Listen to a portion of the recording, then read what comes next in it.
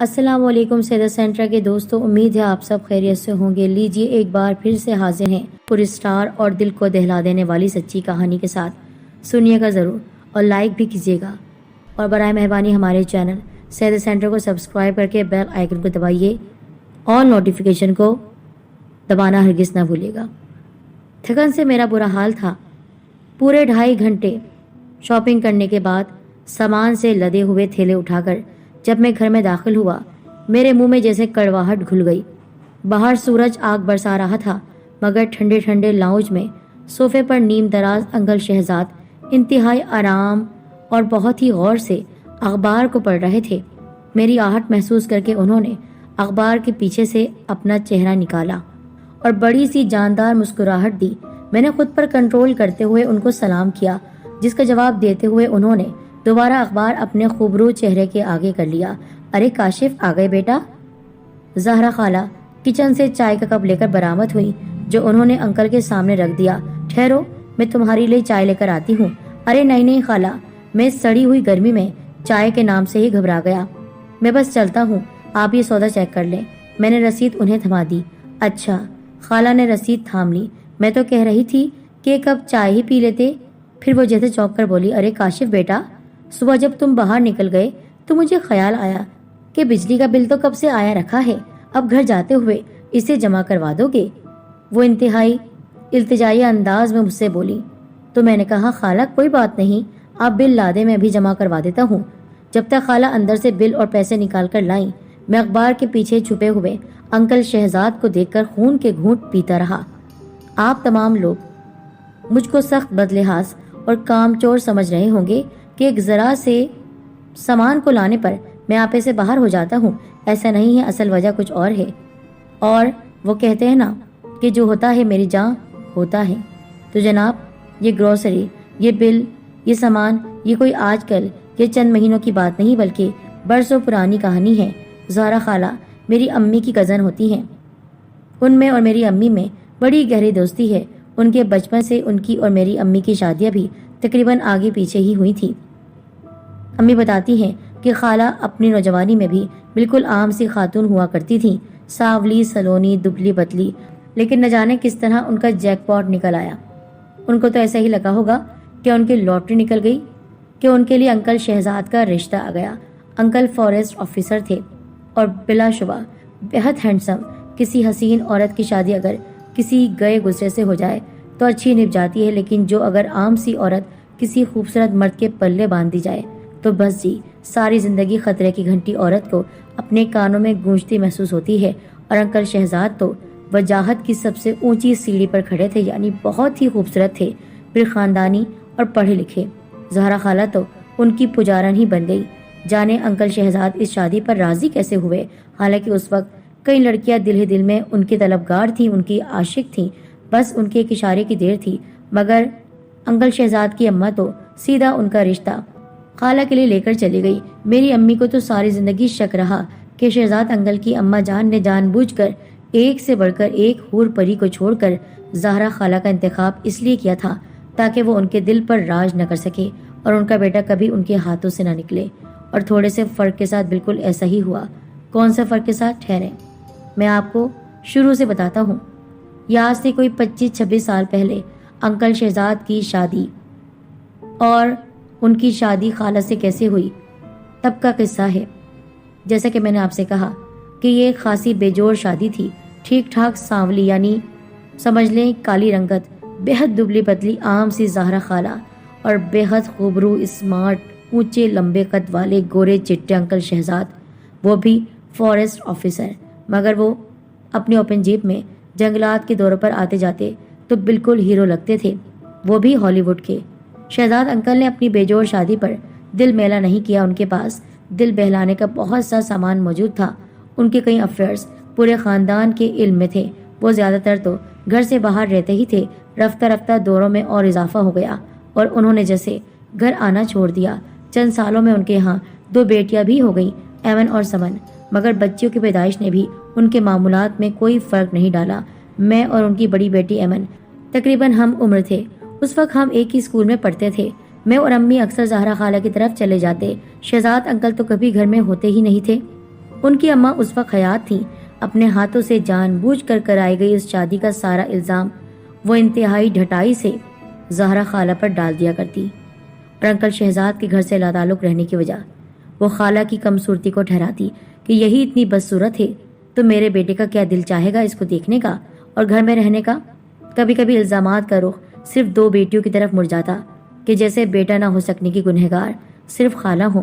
زہرا خالہ بیچاری اپنی نہ کردہ یعنی نہ کیے ہوئے گناہوں پر شرمندہ رہا کرتی اور چپکے چپکے صبر سے آنسو بہاتی تھی۔ کبھی کبھار جب انکل شہزاد شاید منہ کا مزہ بدلنے کو گھر تشریف لاتے تو ایک کنیز سے زیادہ حیثیت کبھی نہ دیتے۔ ان کا کام صرف کھانا رکھنے، کپڑے دھونے اور استری کرنے کا رہ جاتا تھا، بلکہ کنیز کی بھی انسان عزت کر لیتا ہے، اپنی بیوی کی تو انہوں نے کبھی عزت ہی نہیں کی۔ مگر زہرا خالہ، اللہ تعالیٰ نے کیا ان کو جگر دیا تھا، اس بات پر بھی لاکھ لاکھ شکر بجا لاتی کہ کم از کم ان کے شوہر ان کی نظروں کے سامنے تو ہیں، اور دیوتا کی تو صرف پوجا کی جاتی ہے، شکایت نہیں کی جاتی۔ بہرحال وقت آگے بڑھا اور انکل شہزاد کی ان سے اس طرح کی بے اعتنائی اور اللہ تعالیٰ کی ناپسندیدگی میں بدلنے لگی۔ ان کو اپنی بیوی سے نفرت ہونے لگی۔ زہرا خالہ کی ساس سب کے سامنے ان کی دوسری شادی کا اعلان کرنے لگی۔ آئے میرا بچہ گھر کی شکل دیکھنا ہی بھول گیا، وہ ہر آنے جانے والے کے سامنے کہتی۔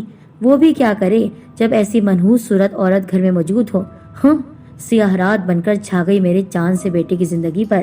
نہ جانے سانسوں میں کون سی حس پائی جاتی ہے، سارے زمانے سے چھان پھٹک کر جس دلہن کو لے کر آتی ہیں چند دنوں میں ہی اس میں سارے زمانے کی برائیاں ڈھونڈ نکالتی ہیں۔ خیر یہ تو انکل شہزاد کی اماں کے خیالات تھے، نہ جانے کس طرح اپنی بے لگام زبان اور اپنی بہو کے دل کو چھلنی کر دینے کے حساب کتاب انہوں نے اللہ تعالیٰ کے سامنے چکائے ہوں گے کہ وہ ایک اور بوجھ اپنے ساتھ لے جانے میں کامیاب نہ ہو سکیں، یعنی انکل شہزاد کی دوسری شادی کروانے کا بوجھ۔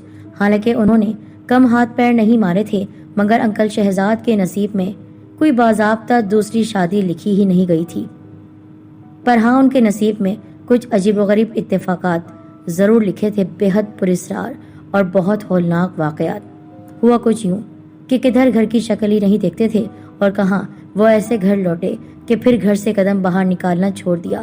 ایسی آوارگی، کیسی تفریح، یہاں تک کہ کیسی نوکری، سب چھوڑ چھاڑ دیا۔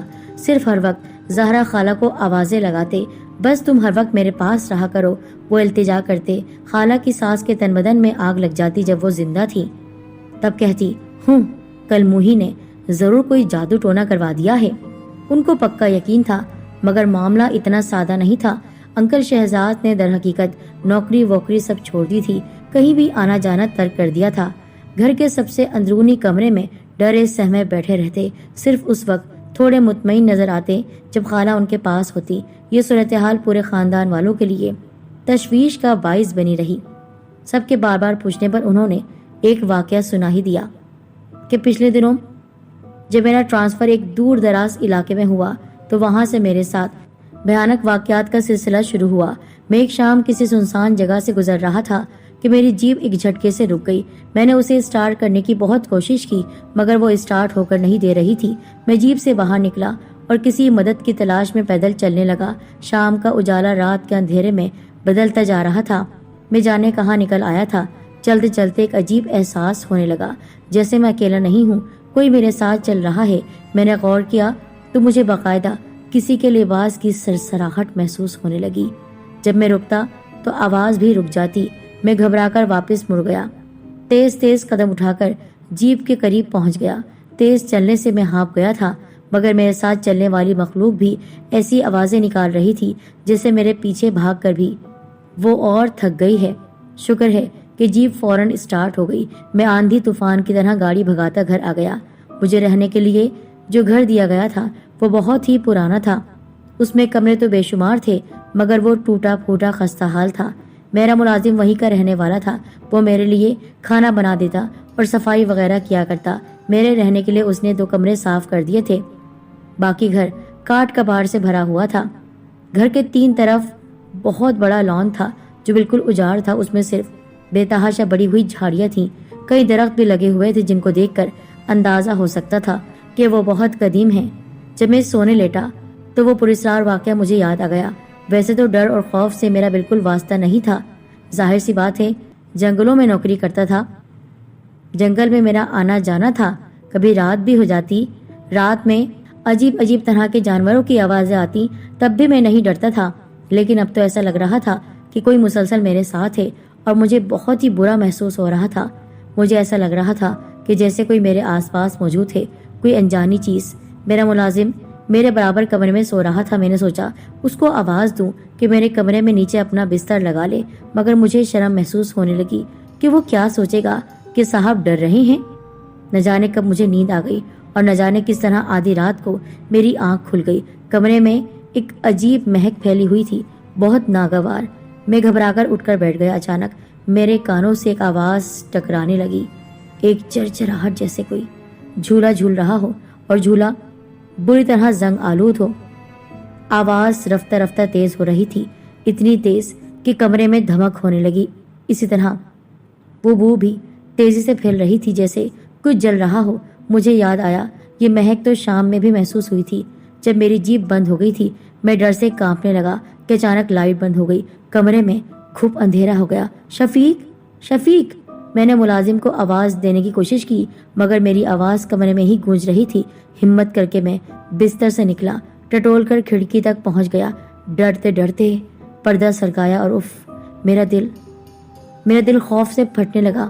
سامنے اجاڑ بیابان لان میں اس آدھی رات کو مکمل اندھیرے میں ڈوبے ہوئے اس پراسرار گھر میں چاند کی ہلکی ہلکی مدھم روشنی میں وہ جھولے پر بیٹھی ہوئی تھی، لمبا سفید لباس پہنے، اپنے سارے لمبے بال آگے اپنے چہرے پر ڈالے، سر جھکائے وہ لمبے لمبے جھولے لے رہی تھی۔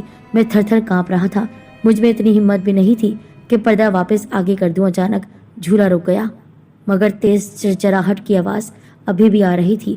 جھولے پر بیٹھی ہوئی عورت اپنا جھکا ہوا سر آہستہ آہستہ اوپر کرنا شروع کر چکی تھی، جیسے کوئی سلو موشن کا سین چل رہا ہو۔ پھر اس کے بالوں کے پیچھے سے اس کی آنکھیں، سرخ خوفناک آنکھیں مجھ پر جم گئی۔ اس کے سیاہ چہرے پر مسکراہٹ نمودار ہو گئی۔ وہ مجھے کچھ کہنا چاہتی تھی، اس کی مسکراہٹ کچھ کہہ رہی تھی۔ شاید میں بے ہوش ہو گیا۔ صبح میرے ملازم نے مجھے جگایا، بڑی مشکل سے میں اٹھا اور اٹھتے ہی فوراً کھڑا ہو گیا۔ میں نے اپنا سامان الٹا سیدھا پیک کر لیا۔ شفیق میرے اس اچانک فیصلے پر حیران ہو گیا۔ آپ کو ضرور کوئی غلط فہمی ہوئی ہوگی صاحب، ادھر کوئی آسیب واسیب نہیں ہے، میں نے کبھی ایسی کوئی چیز نہیں دیکھی۔ وہ اس لیے کہ بھوت اور چڑیلیں رات کے ہم سفر ہوتے ہیں اور تم رات کو گدھے اور گھوڑے بیچ کر سوئے ہوئے تھے۔ میں نے تلخی سے کہا، پوری رات ایک چڑیل، نہ جانے کون تھی وہ، جن تھی، چڑیل تھی، بھوت تھی، لان میں جھولا جھول رہی تھی، تمہیں پتہ ہی نہیں چلا؟ چڑیل، جن، بھوت، جھولا؟ کون سا جھولا صاحب؟ باہر تو کہیں کوئی جھولا نہیں۔ شفیق کیا کہہ رہے ہو تم؟ صاحب سچ کہہ رہا ہوں۔ اچھا کوئی جھولا نہیں تو یہ کیا ہے؟ میں اس کے بازو کو گھسیٹ کر کھڑکی کے پاس لے آیا اور پردہ سرکا دیا، اور مجھ کو اپنی آنکھوں پر یقین نہیں آیا۔ لان دور دور تک بالکل خالی پڑا ہوا تھا، وہاں کوئی جھولا نہیں تھا۔ دیکھا صاحب؟ شفیق نے فاتحانہ انداز میں کہا۔ ضرور آپ نے کوئی خواب دیکھا ہوگا، مگر مجھے 100% یقین تھا کہ میرے ساتھ پیش آنے والے واقعات وہم نہیں ہیں، اور میں نے شفیق کی ایک نہ سنی اور واپسی کے لیے نکل آیا۔ حالانکہ سورج کی تیز روشنی چاروں طرف پھیل چکی تھی، مگر میرا ڈر دور ہو کر نہیں دے رہا تھا۔ بار بار وہ سفید لباس والی مخلوق اور وہ جھولا آنکھوں کے آگے آ رہا تھا، اور وہ منظر جب وہ عورت آہستہ آہستہ سر اٹھا رہی تھی، اس کا بھیانک چہرہ مجھے یاد آ گیا اور جیپ ایک جھٹکے سے رک گئی۔ اوہ! صبح میں جلدی میں ریڈیٹر میں پانی ڈالنا بھول گیا۔ مجھے خیال آیا میں نے تو صبح جلدی کی وجہ سے ایک کپ چائے بھی نہیں پی۔ میں جیپ سے باہر نکل آیا، شاید کوئی مدد کو مل جائے۔ ارے یہ تو وہی جگہ ہے۔ تھوڑی دور چل کر مجھے یاد آ گیا جہاں میں کل بھٹک گیا تھا۔ مجھے ایک دم ڈر لگنے لگا۔ میں جلدی سے بھاگ کر جیپ میں آ کر بیٹھ گیا، پھر سے اسے اسٹارٹ کرنے کی کوشش کی اور وہ اسٹارٹ ہو گئی، مگر اچانک گاڑی میں ایک تیز بو پھیل گئی، کچھ جلنے کی بدبو۔ اس بو کو اب میں پہچاننے لگا تھا۔ میرے دل کی دھڑکن بری طرح تیز ہو گئی۔ وہ میرے برابر بیٹھی ہوئی تھی، اسی طرح لمبے سفید لباس میں، بال آگے چہرے پر ڈالے۔ میں زندگی میں پہلی مرتبہ زور زور سے چیخنے لگا، ڈرو نہیں، میں تم کو کچھ نہیں کہوں گی۔ اس نے منمناتی ہوئی آواز میں کہا، میں تم پر عاشق ہو گئی ہوں جب سے تم کو دیکھا ہے، تمہارے چہرے کو دیکھا ہے، مگر میں میں کیسے نہ ڈرتا؟ اس کی آواز، اس کی صورت، سب بہت ڈراؤنا تھا۔ دیکھو، تم میرا پیچھا چھوڑ دو، میں تم سے ڈر کر واپس جا رہا ہوں، اللہ کے لیے یہاں سے چلی جاؤ۔ میں رونے لگا۔ پیچھا تو اب میں کبھی نہیں چھوڑوں گی۔ اس کی خوفناک مسکراہٹ غائب ہو گئی، اس کی آنکھیں غصے میں بھر گئی۔ میں تم کو چھوڑ کر کبھی نہیں جاؤں گی، کہیں نہیں جاؤں گی۔ نہ جانے کیسے میں نے گھر تک کا سفر طے کیا۔ وہ اسی طرح میرے برابر بیٹھی رہی۔ گھر پہنچ کر وہ ایک دم غائب ہو گئی۔ میں نے کچھ سکون محسوس کیا، مگر وہ تو وہیں تھی میرے ساتھ، صرف وہ کسی کو نظر نہیں آ رہی تھی۔ مگر جیسے ہی میں اکیلا ہوتا وہ آ جاتی، مسکراتے ہوئے، بلا وجہ قہقہے لگاتے ہوئے۔ وہ ایک پل کو میری جان ہی نہیں چھوڑتی تھی۔ جب میں واش روم جاتا تو باہر دروازے سے لگ کر کھڑی ہوتی۔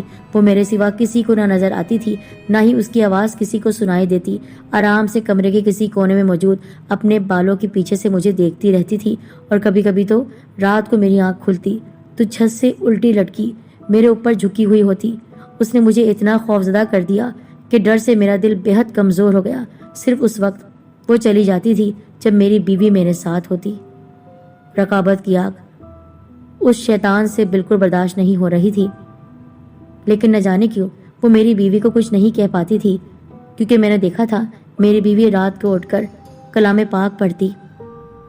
شاید اس کی پڑھائی کی وجہ سے ہی وہ میرے پاس نہیں آتی تھی۔ انکل شہزاد نے یہ سارا واقعہ تفصیل سے اور ڈر سے کانپتے ہوئے سنا دیا۔ قسمت کے کھیل کتنے نرالے ہوتے ہیں۔ ساری زندگی حسین خواتین سے دل لگی کرنے والے انکل شہزاد ایک سچی عاشق کے ہاتھوں دل کے مریض بن گئے۔ اب کیا کیا جائے؟ جو عاشق ایک جنزادی تھی، ایک عرصے تک جس بیوی کے سائے سے بچتے تھے، اچانک اس کی آنچل میں پناہ مانگنے لگے۔ ڈھیر سارے سال گزر گئے۔ شہزاد انکل کی اماں آخرکار دنیا چھوڑ گئیں، بچیاں بڑی ہو گئیں۔ شہزاد انکل کے اوپر عاشق مخلوق کا عشق لا حاصل بھی آخر مدھم ہو گیا۔